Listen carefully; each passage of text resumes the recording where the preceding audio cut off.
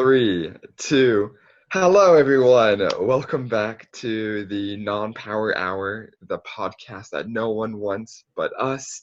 We are your hosts, Max Stacks and G Lash Cash, here to break down what'll be the deciding games in the conference champion layouts coming up next week. So we're going to take a look at three of the most divisive um, important games this week that will decide these champions going forward.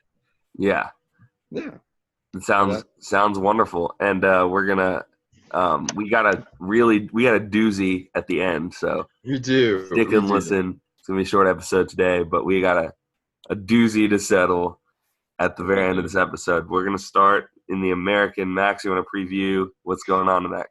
Yeah, absolutely. Well, this is a game that you've probably heard about because it's two ranked teams, but damn it, we talked about them first because they're in the non-power conferences, so we want the right to discuss this game as well.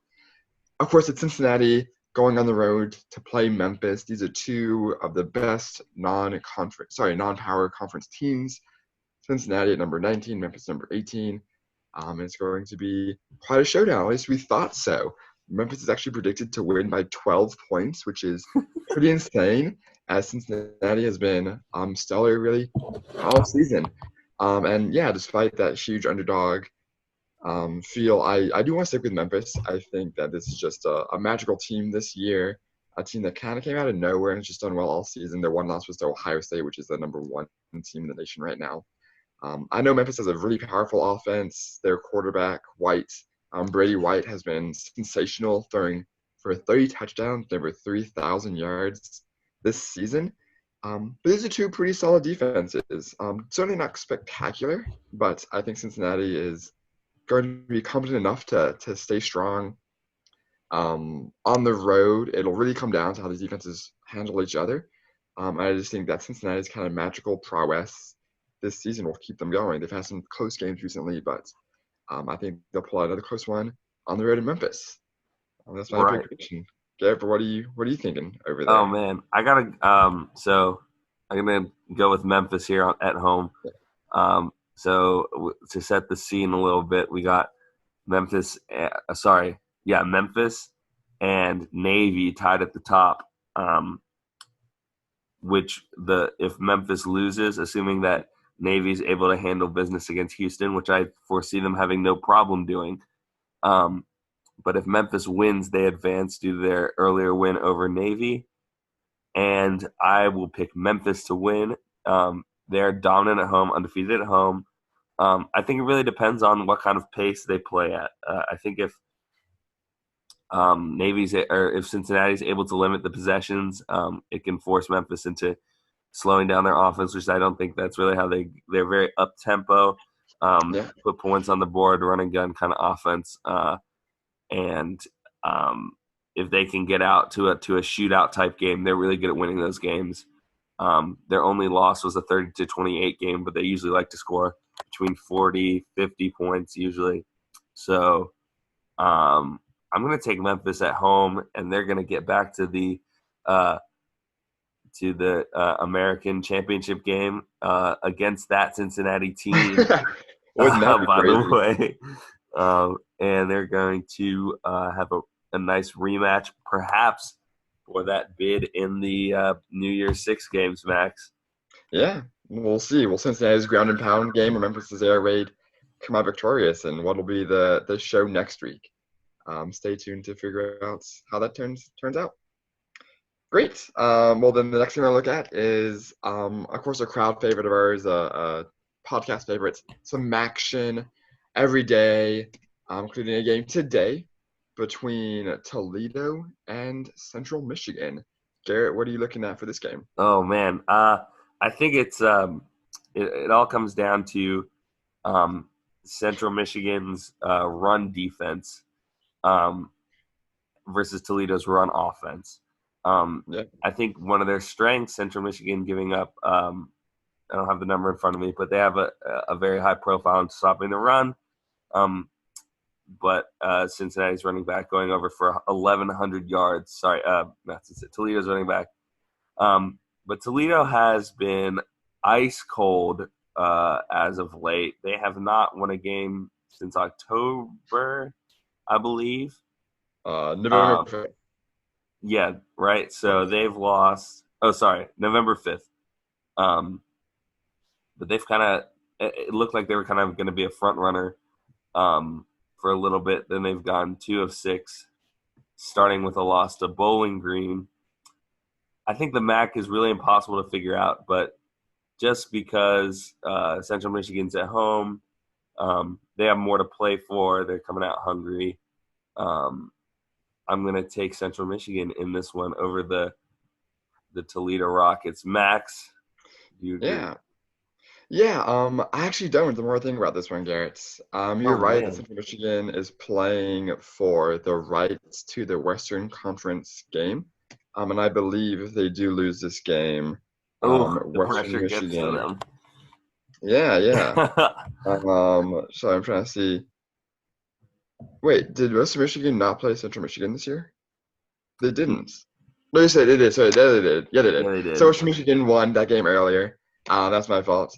So So, if Central Michigan so loses this game, right. Western Michigan will take the crown. So yeah, they do have that fiery desire to win. And you're right, Toledo's been cold. They've lost 4 of their last 6.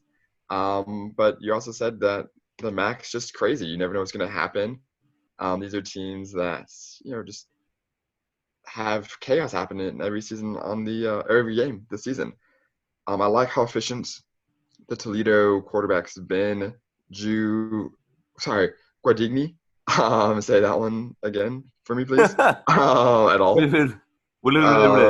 Yeah, he's been efficient. Not a big passer, and it's definitely been the rushing offense of Toledo that's been keeping them going.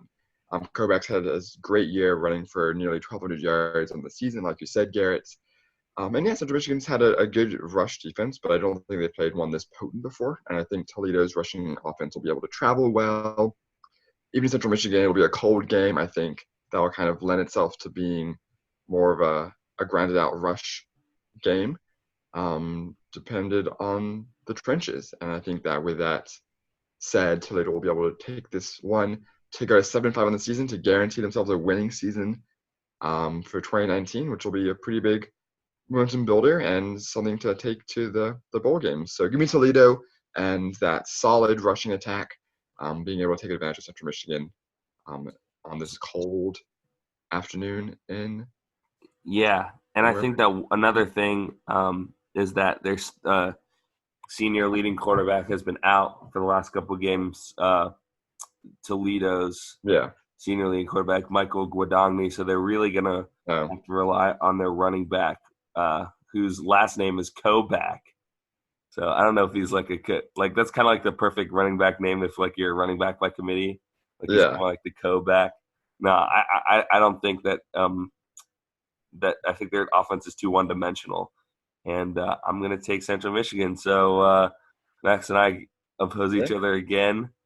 But I'm going with my heart, Yeah. and that led me to my first victory ever over Max Charlone last week. Yeah. We're going to move on to a power conference game, actually, but perhaps one that, since it's seen as such a road apple in terms of Clemson's path to the CFP playoffs, it's been considered one of the weakest conferences all year. Yeah. But we have the rivalry game between Virginia Tech and Virginia. Do you have a soft spot for either of these teams? Not really. Well, I guess honestly, I want Virginia to lose because they won it all last year in basketball and they beat my Red Raiders. And they beat Um, us in the bowl game last year. and they beat us in the ball game. Hey, you're right. I forgot about that. Oh They my did. God. They rolled over Yeah. South Carolina.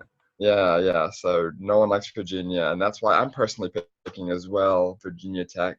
Um, One, they've just had a stellar. Both teams have had really good defenses all season, but certainly Virginia Tech's has been outstanding as well. They've shut out the last 2 opponents, Pittsburgh and Georgia Tech, winning by a combined score of 73 points in those games. And yeah, I just think that this team is rolling with their new head coach. I think first year taking over the helm. And it's been spectacular. Virginia's just always been one team to fumble it away at the end. I think, Garrett, you told me earlier this morning that they've not won this game in like 15 years or something. Something like that, yeah. Yeah, so let's keep rolling with the Hokies and see them continue to trounce their opponent, Virginia, to keep that ranking, to then go play Clemson for their second ever ranked opponent, which also was Virginia Tech earlier in the season, I believe. So give me the Hokies. Oh man, yeah, I can't take Virginia Tech, or I can't take Virginia because they're definitely cursed. Yeah. I'm trying to see if right here if it says okay, yeah, the Hokies have won the last 15 in the series, including one where Virginia was definitely the better team last year. Yep. And blew it to a 4-6 Hokies team. That it would have been cool to see like. I think they have the longest streak in going to bowl games ever, so it would have been cool to see that broken. But Virginia could not come up clutch, even though the Virginia Tech tried to hand them the game several times. I just remember watching that game. So just from that traumatic experience alone, I don't think Virginia's ever going to win this game ever again, actually. So I don't think they'll ever beat Virginia Tech. I got Tech in the ESPN predictor. The Sharps have Virginia Tech at a minus 2.5 favorite on the road, whereas the matchup predictor has them 64.5% chance of Virginia winning, actually. But I trust the Sharps more than what some stupid matchup predictor can tell me. So I'm going with Virginia Tech. Go Hokies. Hokies. Yeah, Hokie up. What do they have like a hand turkey? Oh, it's there. It's like like Hokies is like a turkey, right? Yeah. And Thanksgiving. How do I make a turkey? There it is. Go Hokies this Thanksgiving. Go Hoks. Weekends. Go Hoks. All right, we're gonna close this episode, a mini episode, with some absolute berserk conference race. Yep. We got Conference USA on both sides, really, actually. Yeah. So we have a battle on both sides of the division. I don't even know where to start, Max. Do you? Yeah. Could you? Yeah. Well, let's just start with. Yeah, let's start with the Western Conference of USA. So the Eastern Conference between FAU is the current front runner with a 6-1 conference record, and Marshall and Western Kentucky are behind them at 5-2. However, Western Kentucky owns none of the tiebreakers, so if they were ranks are all equal at the end, they would not win. So really, just in the East, it's down to FAU and Marshall. Again, with FAU, that one game advantage. However, FAU's one loss in conference was to Marshall. So if FAU loses this week, Marshall wins, Marshall will take the Eastern Conference crown. So who do they play? FAU is playing Southern Mississippi, which is a pretty big game this week, and one will do a little bit more. Whereas Marshall is playing FIU, who is hot off their win over Miami. I'll personally think Marshall will be able to take that. Good pick. Taking on Southern Mississippi. Big game. Big little game. I guess pretty dominant season, just one loss conference. Southern Miss in the Western Division, and is riding a one-game streak because again, if USM can win, they'll take FAU out of the conference. And honestly, I don't think that'll happen. I think FAU's been a pretty, again, great team all season. Their quarterback Robeson clips that this coming week and today actually. And yeah, FAU just with a coach. I'm forgetting his name right now. Just is very creative. They're very skilled. Lane Kiffin. Both sides of the ball, and yes, Alabama alum. I think FAU will be able to come out with just those enough trick plays, enough creative playmaking to come out and win this game. USM, has not had any great victories really. They've been pretty average on both sides of the ball. And although FAU gives up a lot of points, they've done a great job really winning the turnover battle of a plus 15 rating, plus 15 mark for this season. And I think USM is just going to be too turnover prone all season with their quarterback to surpass that. So I see FAU winning this game. to secure their title championship spots, and it'll come down to the western half of the conference. Which If is the Garrett's nasty won, half. yeah, the nasty half. Yeah, absolutely, Garrett. So what's happening to you on that end? Oh boy. So hopefully my internet connection doesn't go unstable again, which it just happened. So, but okay. So, oh man, there are 3 teams tied at 5-2 atop the conference. UAB, Louisiana Tech, and Southern Miss, who we just discussed, is playing against FAU this week, and what they have all beaten each other in a circle. Yep. UAB has beaten La Tech. La Tech's beaten Southern Miss. Southern Miss has beaten UAB. So we checked the tiebreaker scheme for this conference, and they're 5-2, and their other loss has been on to teams on the other side of the conference, which is important because divisional wins are one of the tiebreakers. So essentially, you go down to the 7th or 8th step of the tiebreaker, which is CFP ranking. And CFP ranking was just listed originally on their website, was followed by the most recent team.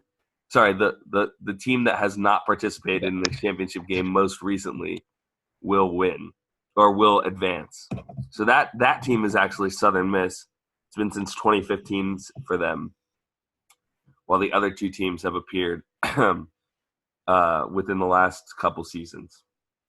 So you're thinking, if you're a Southern Miss fan, like, oh, this is great. If we can just beat FAU, we're basically got it. But the problem is they made a clarification earlier this week, which I don't even know you're allowed to do, that the CFP ranking doesn't just include what you see in the top 25. It includes just computer rankings in general. So they had to add a little appendage that said after the CFP ranking section that another tiebreaker is just what they are ranked in computer rankings, which I believe there are 6 different rankings. And Southern Miss is only leading in one of them, although they're right behind Louisiana Tech in most of the polls. And Max and I surmise that if Southern Miss is able to win against FAU, since FAU is the top team on the other side of the conference, maybe top team in the whole conference, they'll be able to advance their computer rankings over the other 2 who are playing less strong opponents. But Max and I both believe that Southern Miss is not going to prevail over FAU, which leaves the other matchups, which is UAB playing North Texas and Louisiana Tech against, I'm forgetting here, UTSA. Yeah. Okay, Max, I've tried to unpack all of that. What do you see happening in those 2 games? Yeah. Well, I definitely think that Louisiana Tech will beat UTSA. They got their quarterback, Jamar Smith, back, and I think that was the reason why they lost to UAB earlier a couple weeks ago, and is why we're in this big conundrum. So give me La Tech in that one. So the question becomes, will UAB be able to go on the road and beat North Texas? North Texas has certainly not lived up to the hype of the season that at least I was expecting, especially with their senior quarterback, Nathan Fine, who had some pretty big NFL hopes. He's fallen short. And I think because of that reason, it's his final home game. It's his final collegiate game because they're not bowl eligible. I think this will be a very emotional game for this team, and especially for Mason Fine. And for that reason, I'll see them wanting to come out just all guns blazing, all no holds barred, doing everything they can to win this final game, to take UAB out of the CUSA conference title, and come out with a victory. So give me Mason Fine and the Mean Green this week. Just really playing with that fiery desire to make a big impact and give Mason Fine that final NFL shot So yeah, that's my prediction, Garrett. But what were you thinking Ooh, yourself? yeah. I mean, UAB kind of was out of it for a little bit. They dropped a couple back to back to Tennessee and Southern Miss, looking in pretty bad fashion, but they bounced back with a win over UTEP and then a surprising win over Louisiana Tech last week, which would have almost salted Yeah. away the division for Louisiana Tech. Um, but they go on the road to North Texas. I think that same fire that you're talking about is actually going to be exhibited by the UAB players. Um, we've talked about their quarterback, Tyler Johnson, how he likes to turn the ball over just a little bit. 13 interceptions in total, which is more than the number of sacks he's taken, interestingly. Hey, that's good. Just They for also the ball. have a very, very almost too balanced running attack with 4 running backs over 220 yards, but no quarterback up to 410, or no running back, sorry, up to 410 yards. Actually, their leading rusher is a wide receiver listed Yo. on the depth chart. Okay. All that being said, I'm going with my gut again, just like the famous analyst of the past, Lee Corso, Mm. Max Charloni, to name a couple of like Yeah. the college Yeah. football experts. Yeah. Yeah. The big gutters. UAB gets the job done. They they are able to turn over uh, North Texas as much as North Texas is able to turn them over. It's going to come down to a last-second field goal, and North Texas, in disappointing fashion, is going to miss that field goal. Mm. UAB on the road, and they advance to the Conference USA title game against Florida Atlantic. Got him. And there you have it. All That right. the So that can CUSA and every other lower divisions champions, because the other ones are figured out already with the Midwest and the Sun Belts. So those are the big games we're going to highlight this week. That's right. Yeah. And we'll be back next week with highlighting the conference championship games themselves. We're going to go into more detail. But until then, I'm G Lash Cash. That's Max Stacks. Mm. And we'll be back next week with the big boy games. Big boys. And maybe right. 2 repeats. Maybe 2 repeats if FAU and SMU play again, and if Memphis and Cincinnati play again. I know. So We're we'll going to see. have all your favorite teams in one platform. It's going to be a fun time. Don't miss it. Episode 7 coming out next week. Hell yeah.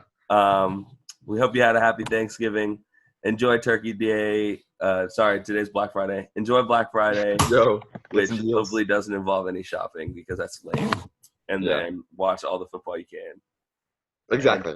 There's some great games on today, starting in about an hour. So we're going to get this video up soon so you can watch it, so you can place your bets before they begin. But don't blame us if you lose, because you will. Right. We're not exactly the most versed in college football. But that will do it for us. We'll see you next week. That's Max. I'm Garrett. We'll talk to you next time. Bye, friends.